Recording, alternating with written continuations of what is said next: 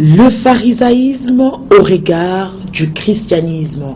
Aimables téléspectateurs, c'est avec ces beaux thèmes que je vous reçois, que vous me recevez aussi dans vos maisons, parce qu'aujourd'hui, parlons religion, nous sommes là pour vous édifier, nous sommes là pour vous fortifier, nous sommes là pour aussi sonder les Saintes Écritures. Bien-aimés dans le Seigneur, l'autre fois, j'avais reçu le pasteur Arthur Bikaï. Aujourd'hui encore, je le reçois. Je ne sais pas si le pasteur Atachioka, mais je sais c'est pour une cause juste. Pasteur Arthur Bikaï, bonsoir. Bonsoir, maman Assi. Boni, papa. Non, ça va pas. Malgré Mali, les quotidiens, mais ça va quand même. Non, ça va. Tu vas nous commencer en acclimant, ça va. Nous vous signalons que pasteur Arthur Bikaï, il est visionnaire de la grande communauté de l'église de Jésus-Christ à Kinshasa, dans la commune de Kalamu. Alors, il y a un représentant légal. Et comme mission, il y a un sud, non, papa, Shima Mbela, parce que tu as besoin de manger la bonne nourriture qui est la Amen. parole. Amen. Oui, pasteur, vu le thème, le pharisaïsme au regard du christianisme. C'est quoi la signification du mot pharisaïsme? Merci pour la question. Ouais. Je commence par saluer tous les bien-aimés Oui. qui nous ont suivis la fois passée, Gloire à Dieu. et qui ont beaucoup appelé, et qui souhaitaient d'ailleurs que l'émission Continue. Mais vous êtes là. Nous bénissons le Seigneur pour cela. Alors, quand nous parlons du pharisaïsme, le pharisaïsme, c'est un terme qui veut juste signifier le groupe de juifs qui ont adhéré à la loi, au rituel mosaïque. Alors le pharisaïsme est né pratiquement 200 ans avant Jésus-Christ. Et lors de la déportation, les enfants d'Israël étaient en déportation en Babylone. Et en rentrant 200 ans avant Jésus-Christ, il y a le groupe des conservateurs qui sont rentrés en Israël. Ouais. Et ceux-là trouvèrent d'autres sectes en Israël, refusèrent d'adhérer dans ces sectes-là. Ils se sont référés au pharisaïsme, c'est-à-dire à la loi de Moïse. À la loi de Moïse. Alors on les appelait en hébreu des chassidim, qui veut dire des hommes pieux, des hommes sanctifiés. Au regard des autres sectes se retrouvant en Israël, le chassidim priaient, ils se mettaient à part entre eux, ne partageaient pas une vie commune avec les autres. On les appelait chassidim, ça veut dire le pieux, le séparé, le sanctifié. Alors ils se considéraient, hautement considérés comme étant les saints par rapport aux autres. C'est ainsi que d'autres Hébreux suivirent la même voie, se convertirent, devinrent des pharisiens. Ouais. Et à l'arrivée de Jésus, cette doctrine de chassidim est devenue ce qu'on appelle le pharisien, qui est une religion basée sur la loi de Moïse, sur l'hypocrisie. C'est-à-dire, la loi que Dieu a donnée aux enfants d'Israël, le pharisien ne respectait pas la loi, mais plus ils ont donné de l'impulsion aux traditions, aux rituels qui accompagnaient la loi mosaïque. Alors, ils ont soigné l'apparence, Oui. mais leur cœur n'était pas converti. Le cœur est resté le même. Parce que dans le pharisaïsme, c'était une religion où il fallait nécessairement sauver l'apparence. Voilà pourquoi nous parlons du pharisaïsme au regard du christianisme. Quel est le rapport qui existe entre Jésus-Christ et le pharisien? Il y a un grand rapport, maman, si. Parce que les gens qui ont crucifié Jésus, Oui. ce sont les pharisiens. Quand nous parlons des pharisiens, ou nous parlons du pharisaïsme, il n'y a pas seulement les pharisiens eux-mêmes. Il y avait les sadducéens. Il y avait les hellénistes, Oui. le groupe de juifs, des hébreux, qui étaient contre le pratique pharisaïque, mais adhérèrent au rituel grec. On les appelle des hellénistes, Oui. mais ils étaient des hébreux de juifs. Il y avait les docteurs de la loi, il y avait les scribes, donc les Esséniens, il y avait les Hérodiens. Alors, à l'époque, la religion était plus politique, parce que le même souverain sacrificateur qui dirigeait la synagogue, Oui. que nous croyons être l'église aujourd'hui, Être l'église, oui. il est le On va y même, arriver, oui. il est le même qui dirigeait le Sanhédrin. Alors il faut que l'église soit éclairée, qu'il y a une différence entre une synagogue Oui. et une église. Parce qu'aujourd'hui, il y a des gens, Oui. bel et bien, qui vont dans des églises, maman Assi, Oui. qui croient aller dans des églises. Pourtant, ils sont dans des synagogues. Des synagogues de démons. Des synagogues de sorciers, de magiciens. Par leur pratique. Voilà pourquoi les pharisiens ont combattu Jésus. Ils ont combattu parce que le Seigneur a amené la parole. Et le but de Amashia, le Seigneur, c'était de pénétrer la parole dans le cœur de l'homme, afin que l'homme change. J'irai plus loin pour vous dire que dans les sacerdoces lévitiques, parce que nous sommes légiférés par un sacerdoce royal christique, mais dans les sacerdoces lévitiques, par rapport à la loi, Israël était légiféré par la loi, avec un sacerdoce lévitique qui s'accomplissait dans la chair. Or, nous avons un sacerdoce spirituel qui s'accomplit spirituellement. C'est-à-dire qu'aujourd'hui, l'homme doit pratiquer de bonnes œuvres. L'homme doit recevoir la parole. L'homme doit se repentir. Au final, l'homme doit présenter les œuvres, la foi qu'il a reçue. Il manifeste les œuvres. Ce sont ces œuvres-là qui manifestent le témoignage que réellement cet homme est converti. Alors, dans la loi, les sacrificateurs, avant d'entrer dans les tabernacles, dans les sanctuaires, ils passaient par la cuve d'airain. Cette cuve d'airain, il y avait de l'eau pure. Il se sanctifiait avant d'entrer dans les sanctuaires. Mais il sanctifiait le corps. Mais son corps n'était pas sanctifié. Or, quand Jésus vient, il nous sort du tabernacle lévitique. Il nous sort de rituels qui accompagnaient la loi mosaïque. Jésus nous fait entrer dans un sacerdoce spirituel. La loi qui était autrefois charnelle, aujourd'hui cette loi devient spirituelle. Donc la parole de Dieu, l'objectif principal de l'évangile, c'est de pénétrer le cœur de l'homme, produire la repentance, et que cette repentance soit affirmée, soit scellée par le fruit digne de la repentance. Et c'est ça la guerre que nous avons aujourd'hui. C'est ça la différence entre le pharisaïsme et le christianisme. Aujourd'hui, le pharisaïsme est aréné. Le pharisaïsme aréné, il y a une renaissance forte du pharisaïsme. Les gens portent le nom de Jésus, mais ils sont dans la magie. Les gens portent le nom de Jésus, ils prêchent, ils écrivent dans leurs murs. Tel ministère, telle église, mais ils ont des pratiques pharisaïsme. Mais au fond d'eux, ils n'ont pas la parole. Nous en voyons aujourd'hui les divorces dans le couple pastoral. Nous voyons l'impudicité dans des églises. Nous voyons le culte de la titromanie. Le pasteur qui se construit un grand trône et qui met devant, et tout le monde le vénère. Tout le monde adore ses pasteurs. Donc, des choses que nous avons autrefois critiquées par rapport à d'autres sectes, ces choses reviennent dans les églises. L'église est devenue un endroit de spectacle où il faut faire tomber les gens. Vous voyez les pasteurs qui font tomber les gens. Mais non. Mais tomber existe, mais faire tomber aussi, c'est autre chose. Non. Quelqu'un peut tomber s'il est touché. Mais dans la doctrine, il n'y a pas un endroit écrit que réellement, quand nous imposerons les mains, les gens doivent tomber pour manifester la puissance. Là, je ne suis pas d'accord, maman, si. J'irai plus loin. Il y a des gens, quand nous prêchons la parole de Dieu, je vous poserai vous de faire le choix. Il y a quelqu'un qui reçoit la parole de Dieu, il se répand. Il dit, pasteur Arthur, moi j'ai reçu quelqu'un. Il dit, j'étais magicien. J'ai reçu des gens, des femmes. Il dit, moi, je suis sorcière. Elle confesse.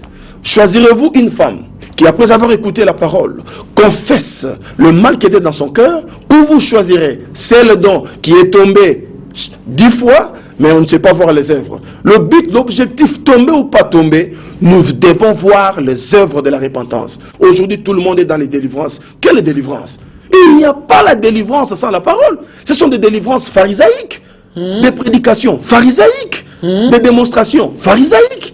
La puissance de Dieu a pour objectif de transformer le cœur de l'homme, afin que l'homme voie ses défauts et se repentisse, sorte du pharisaïsme. Aujourd'hui, il y a des cultes des huiles. Non, l'huile est venue de tel pays, d'Israël. Il y a aujourd'hui des cérémonies, des rituels démoniaques que les pasteurs font dans leur lieu de culte. Ils lavent même, prennent de l'eau pour laver des femmes d'autrui mariées. Il y a des spectacles qui des fois, quand vous regardez, ça fait très mal. L'évangile n'est pas prêché. L'église souffre de l'enseignement.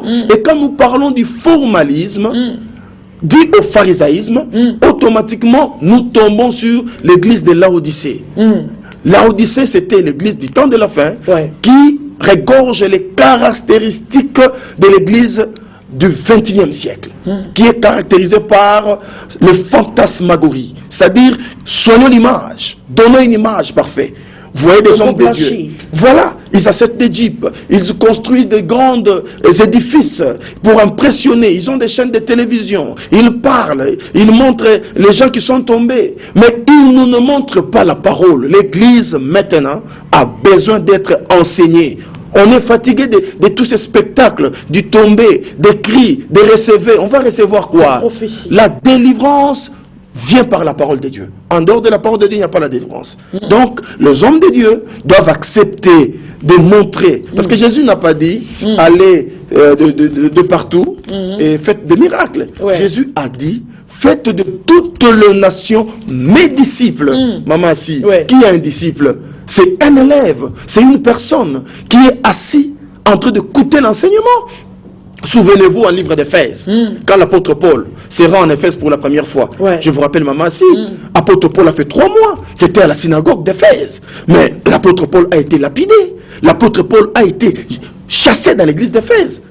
Et l'apôtre Paul a quitté l'église d'Éphèse pour aller voir un certain frère nommé Tyrannus, avec un petit groupe de gens qui priaient. Mais Tyrannus gardait la sainte doctrine. Le frère Tyrannus enseignait la vérité. Et la Bible dit que Paul est arrivé là-bas pour la prêcher l'évangile. Et il y a eu beaucoup de miracles. Les miracles, ce n'est pas nous les pasteurs qui devons faire ces miracles. On ne doit rien forcer. Quand vous êtes sanctifiés, vous témoignez la vérité. Cette vérité-là incarne les miracles. Donc, Paul a prêché. Et l'école de Tyrannus, pendant 2 ans, la Bible déclare que la sainte doctrine a rayonné dans la ville d'Éphèse à cause du frère Tyrannus. Nous avons besoin de l'enseignement. L'église se meurt.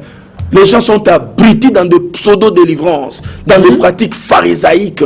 Quelqu'un qui vient avec ses problèmes, il rentre, au lieu de rentrer guéri, on le dope d'une certaine croyance qu'il est guéri, mais la personne demeure dans des problèmes. Il y a des gens qui prient dans des églises, ils sont fatigués, maman, si. Il y a des gens qui ont l'argent, ils sont fatigués. Quand il vient à l'église, papa donnait ceci, il le donne, le pauvre enfant de Dieu. On le ruine. Mais il a des problèmes lui aussi. Que fait le pasteur? Aujourd'hui, les pasteurs sont des super patrons. Les pasteurs sont des excellents hommes. On ne sait même pas le voir. D'autres même demandent même le droit d'entrée pour le voir, le frais de consultation. C'est dans quelle Bible? Ce sont des pratiques pharisaïques. Nous devons nous opposer à cela. Dire à nos frères, revenons dans l'écriture. Enseignons le peuple. Comment est-ce qu'un homme peut être sauvé par le christianisme? Comment? Le christianisme, c'est là le problème. Donc quand nous parlons du pharisaïsme, nous voulons démontrer que les œuvres ne peuvent pas sauver un homme. Les œuvres, le sacrifice ne peuvent pas sauver un homme. Les offrandes ne peuvent pas sauver un homme.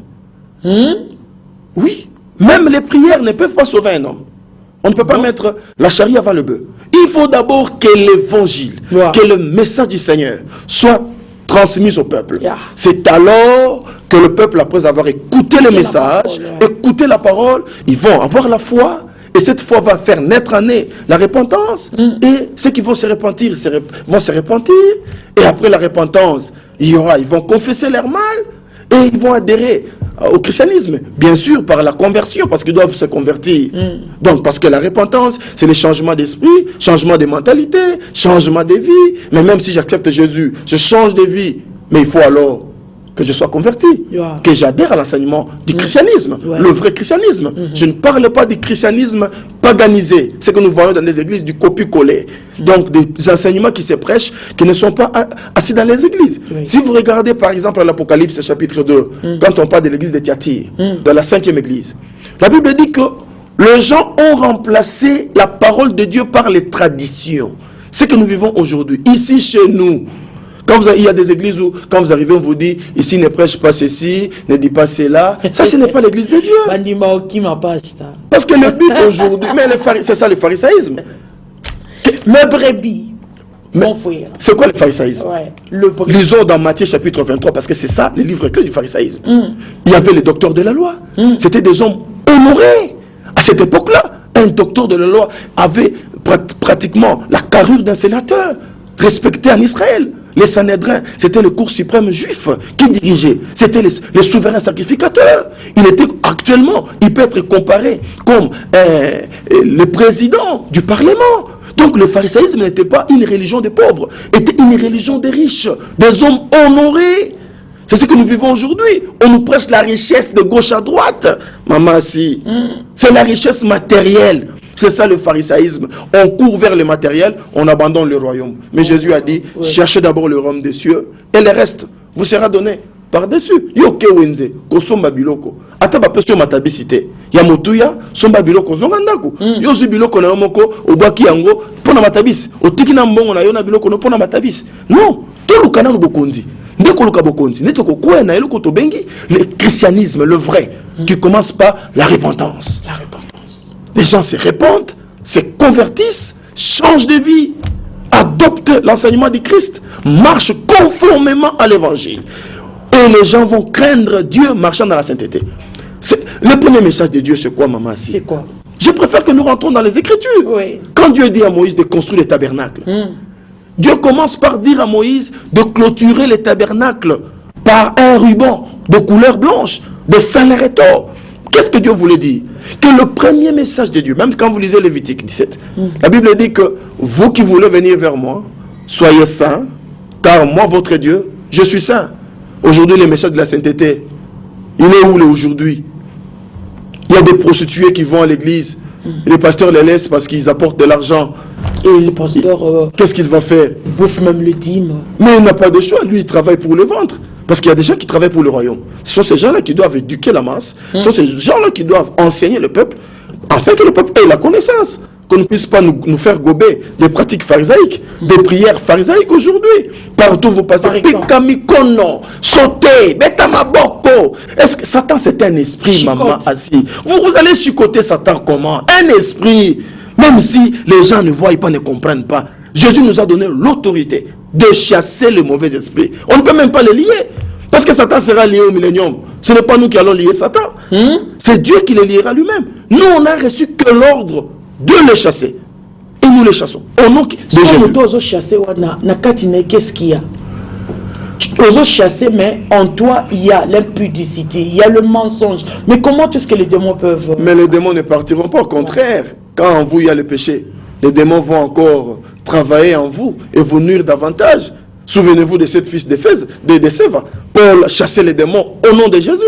Mais quand les sept fils de Séva voulaient chasser les démons, vous savez ce qui est arrivé? Les démons les ont tabassés. Les démons les ont tabassés. Et les démons les ont dit, nous connaissons Paul. Et vous?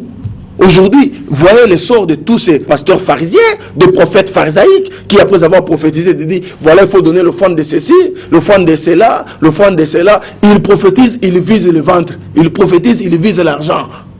Et quand ils tombent sur une femme qui a des moyens, mais c'est fini, c'est la pauvre femme. Oh Jésus, et ton peuple, les femmes en pâtissent.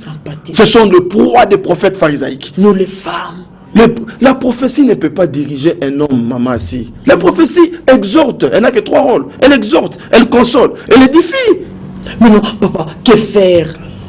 Déjà na biloko na toucha kuingia ba pharisien ba chakuingia. C'est pas pour que bozo attaquer ba pasteur nyos. Tozo attaquer ba pharisien. Nous parlons de pharisiens. Ouais. Le vrai serviteur, là où ils sont, que Dieu vous bénisse. Ouais. Vraiment, nous vous chérissons notre Seigneur. Mais nous parlons du pharisaïsme. Oui. Des pratiques qui veulent sembler au christianisme, mais qui ne le sont pas. Parce que la religion, non, nous avons besoin de sauver. Mais ce n'est pas nous d'être sauvés, mais c'est Dieu qui va sauver. Au travers du message. À travers le message. Un message vrai. Ouais. Alors, au moins, le pasteur va vous là. Non, comment ils vont être fâchés? Au contraire, ils vont acclamer, maman. Si là où ils sont, ils m'écoutent, ils m'entendent, ils acclament. Le vrai serviteur de Dieu. Mais ils sont contents, ils jubilent. J'ai reçu des appels dans l'émission passée. Des pasteurs qui ont appelé, dit l'homme de Dieu, coup de chapeau, que Dieu te bénisse, continue. Ce sont des pasteurs qui travaillent, ce sont des pharisiens. Souvenez-vous de Zachée. Oui. C'était un pharisien, collecteur d'impôts pour les Romains. Mais quand Zachée a rencontré Christ, Zachée a fait quoi? Il a pris ses richesses, il a rendu 4 fois. La repentance, l'homme doit confesser. Zachée a confessé. Le vrai christianisme, on confesse, on se répand, maman. Si.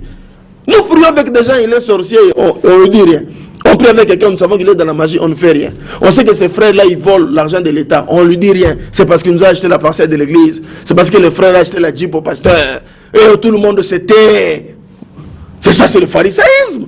On acclame tous ceux qui ont l'argent. Je vais vous dire, vous pensez qu'aujourd'hui, si je porte de babouche avec des vêtements qui ne sont pas très propres, je vais dans une église, j'aurai de bonnes prophéties, on va me prophétiser. que non, tu as l'esprit de combat, que tu as les démons, que votre famille a la sorcellerie, qu'il y a ceci, qu'il y a cela. Mais si je suis en costume comme je suis habillé, j'atterris dans une assemblée, mais j'aurai des prophéties en couleur. Voulez-vous me dire que cela, c'est le christianisme? Non, le prophétisme, en couleur. le prophétisme, le vrai prophétisme, c'est la déclaration des oracles, l'enseignement des saintes écritures, par la grâce du Saint-Esprit. C'est ça le véritable prophétisme. Papa, bien sûr. Pharisaïsme zongi. Ezongi makasi.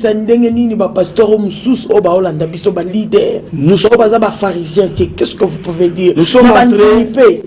Aujourd'hui, il y a la méfiance. Chacun est dans son sanctuaire avec ses pratiques. Mais nous demandons, moi, en tant que ministre de la parole, je demande à tous mes collègues qui m'écoutent en ce moment ici, de faire beaucoup d'efforts parce que nous travaillons pour le Seigneur. L'Église ne nous appartient pas. L'Église appartient à Christ. Donc, travaillons avec amour. Paissons le peuple de Dieu avec amour parce que nous, les hommes de Dieu, nous serons jugés sévèrement. Nous allons rendre compte. C'est pas pour rien. Amachi a dit que bénis soient les serviteurs que je trouverai au temps convenable, donnant une nourriture convenable. C'est que nous, les dispensateurs de la grâce, les enseignants de la parole de Dieu, nous devons enseigner le peuple la vérité. Mais ce qui nous concerne, nous, moi je pense, parce que c'est nous qui apportons la connaissance, les hommes de Dieu, soyons humbles. J'ai reçu des appels des hommes de Dieu qui m'ont appelé. Papa, nous voulons venir pour... Nous avons échangé avec eux. Nous voulons venir pour les enseignements. Je me suis dit, si Dieu nous donne de moyens ici à Lubumbashi, parce qu'organiser une session, il faut une salle. Cette salle, il faut la louer. Il faut un cocktail, les gens qui vont venir. Une organisation qui demande des moyens. S'il y a des gens qui peuvent prendre ces moyens-là, nous allons préparer. Il faut des syllabus qui doivent être distribués. Très bien. Nous allons étendre. Même gratuitement. Même gratuitement. On donne. S'il y a quelqu'un qui dit, voilà pasteur, moi je prends la charge de concevoir les syllabus. Moi je prends les écrits, j'ai des syllabus. On fait des photocopies. Et on donne ça gratuitement. C'est ça l'œuvre de Dieu. Les gens Ton souci, c'est quoi? Mon souci est de ramener le peuple de Dieu, que nous retournons dans la parole. Nous sommes sortis, rentrons dans les messages. Pasteur, vous m'écoutez à ce moment, rentre dans les messages. Rentrons dans les messages. Nous travaillons pour le Créateur et non pour le ventre. Qu'est-ce qu'il veut nous dire? Qu'est-ce qu'il veut nous dire? Mais vous pensez que quand lui-même Yehoshua a enseigné, vous pensez que tout le monde l'avait accepté? Il y avait des pharisiens et des docteurs de la loi. Vous savez qui est docteur de la loi? C'était des hommes hautement élevés, des spécialistes dans l'enseignement et la dispensation de la loi. Et ce sont des hommes comme ça qui ont combattu Jésus. Parce qu'il supposait croire que Jésus n'était pas capable d'enseigner. Mais le Seigneur a accompagné Jésus avec des dons et des miracles. Non, moi je ne condamne pas les hommes politiques. Ces hommes politiques ont besoin de nous. Mais quand ils voient en nous les erreurs, la cupidité qui ronge le corps pastoral du Congo, une cupidité à telle enseigne que cela, on ne peut pas voir ça dans l'église de Dieu. Quelqu'un qui a le Saint-Esprit, une cupidité au niveau d'empoisonner ton frère, une cupidité au niveau d'haïr ton frère, une cupidité où les gens se divisent au niveau de s'entretuer, comme j'ai vu à Kinshasa l'autre qui envoie des assassins pour tuer l'autre. Mais ça ce n'est pas Dieu, maman, si. Ce sont des choses que nous devons censurer, parce que la censure est dans la Bible. Aucun serviteur ne va le reprocher. Mais la Bible dit que mon peuple meurt parce qu'il lui manque la connaissance. Comme vous avez rejeté la connaissance, je vous arrache le sacerdoce. Bon, la Bible dit, c'est dans la bouche du sacrificateur qu'il y a la loi. Donc celui qui vit avec le sacerdoce, c'est le sacrificateur. Maintenant que parmi nous, il y a les voleurs qui sont entrés, ne voulez-vous pas que nous les dénoncions par leur pratique pharisaique, maman, si. Nous allons les dénoncer. Que ça, ce n'est pas biblique. Respectons les femmes d'autrui, respectons le mari d'autrui, respectons les jeunes filles. Les pasteurs ne peuvent pas se comporter d'une manière sans pudeur. Non, ce n'est pas biblique. Ces pratiques aujourd'hui ont détruit l'église et ont terni l'image de l'église du Congo. Et c'est partout que les gens disent, vous les pasteurs, partout, tu n'as pas encore prêché appel de fonds. Je me pose une question. Aujourd'hui, les prédications, c'est recevoir les véhicules, tu vas construire. Mais ce que tu es en Mboka Bopaya, parce qu'il faut que ce soit congolais, tu trouveras un blanc bourré d'argent, son véhicule, qu'est-ce que tu vas lui dire? Que Jésus-Christ t'a donné les véhicules? C'est ça le problème. Beaucoup voient en Europe. Ils reviennent ici pourquoi? Parce que quand ils arrivent là-bas, ils n'ont rien à donner. Tu vas prêcher quelle délivrance? Il faut d'abord prêcher la parole. Prêcher à quelqu'un la bonne nouvelle. Parler avec lui de Jésus. Et que la personne adhère. Un blanc n'est pas comme nous. L'homme noir est matérialiste. L'homme noir est frappé par l'apparence. L'homme noir est complexé. Mais l'homme blanc n'est pas complexé. On n'est pas complexé. Donc, nous devons aujourd'hui, les hommes de Dieu, que Dieu a appelés avec beaucoup de respect, rentrons dans les Saintes Écritures. Des pratiques qui ne sont pas bibliques, laissons ces choses-là. Ça ne sert à rien. Et si tu sers Dieu dans la crainte, maman, si Dieu va te bénir. Dieu va te donner le véhicule, tu auras toutes ces choses-là. Ce sont des accessoires. Mon premier véhicule, je ne l'ai jamais acheté. C'était un cadeau qu'on m'a donné.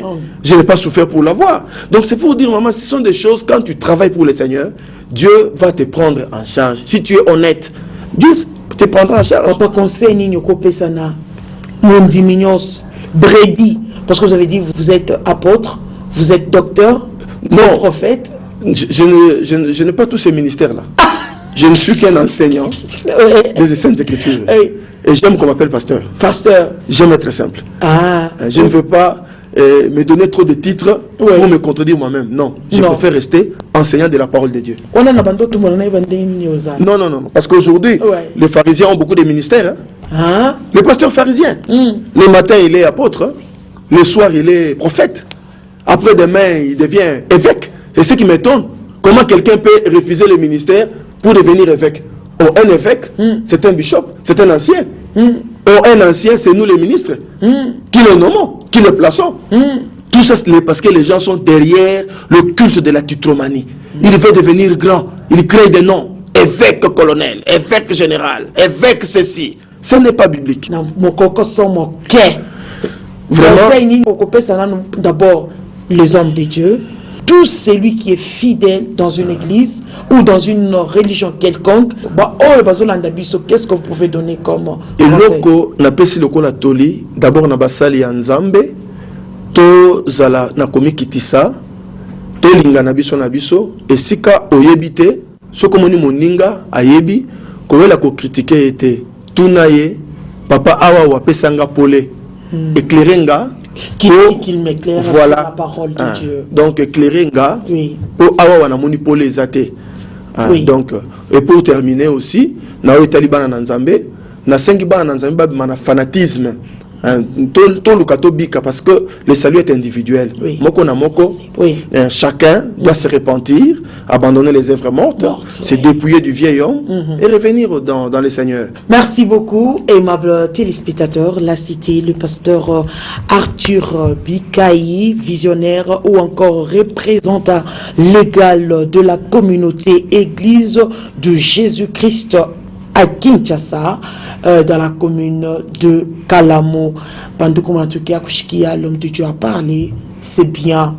Alors, comment on a baba et qu'on a tout fait bien, na shiba tout on a pas ça qu'on a bien. Aujourd'hui, ban taba na ba pasteur, il est respect. Banasema pourquoi? Parce que quelque part tu n'as pas se servir mantumbo et tout. Mais comment tu vas servir Jésus-Christ le ressuscité, alors Mungu va rétablir respect, Mungu va rétablir biotébile et surtout le bien matériel ni accessoire. Alors tombatane na Mungu, Dieu est bon. Que le Seigneur Dieu vous bénisse. Pasteur, le numéro de contact 081 98 326 99 081 98 326 99. Aimable téléspectateurs auditeurs, tunampenda sana, acha neema ya Mungu et surtout garde la crainte de Dieu. C'est ça même la clé, c'est ça même la base et surtout ouvre la Bible, Dieu a méditer, étudier la parole, c'est vraiment une grande bénédiction. Nous vous aimons, restez fidèles à nos programmes. Bye bye.